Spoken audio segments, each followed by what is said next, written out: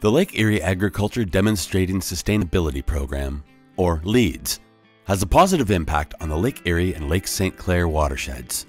Farmers have access to this program to improve soil health and protect water resources. Ed Bolton operates Gold Creek Farms in Mount Bridges, Ontario. He also farms with his father, Charles. Together, they grow corn, soybeans, wheat, and a range of vegetable crops.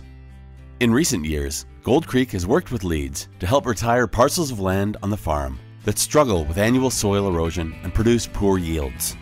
The goal is to reduce erosion, improve water quality and soil health, and create more natural habitat.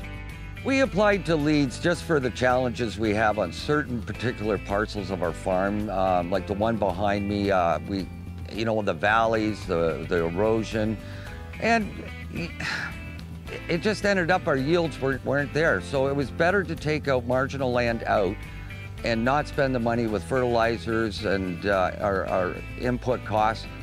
We averaged about, last year, 220 bushels the acre were these particular fields that we got funding to be able to put prairie grass in. I mean, if we hit 165 bushels the acre, that would be about it. So the program has actually worked well. We got better water quality.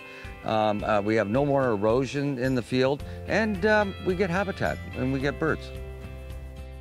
Before applying for LEADS cost share funding, Bolton completed the farmland health checkup to assess on-farm environmental risks. Working with their certified crop advisor, they identified the negative impact soil erosion was having on marginal areas of the farm. The farm health checkup actually worked out really well for us. We had an agronomist come in, and he kind of went through the whole program, looking at slopes, looking at water quality, erosion, and it really, really worked to be able to go to the next step and try to get this land back to natural, and instead of growing something and losing soil, losing nitrogen, in the water tables. Now we've got a perfect scenario, and you can see that right behind me.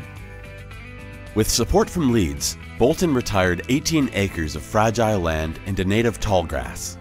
Rolling, drought-stricken corn and soybean crops have now been replaced by natural habitat, teeming with vegetation and wildlife.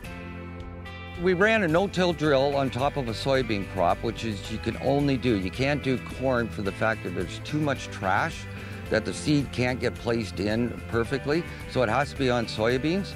And what we did is we were able to plant prairie grass into the field. I mean, we've got big blue, little blue, we've got Indian's foot, and a lot of flowers, which is really, really nice because and it takes 2 years. We're on our second year on this particular piece.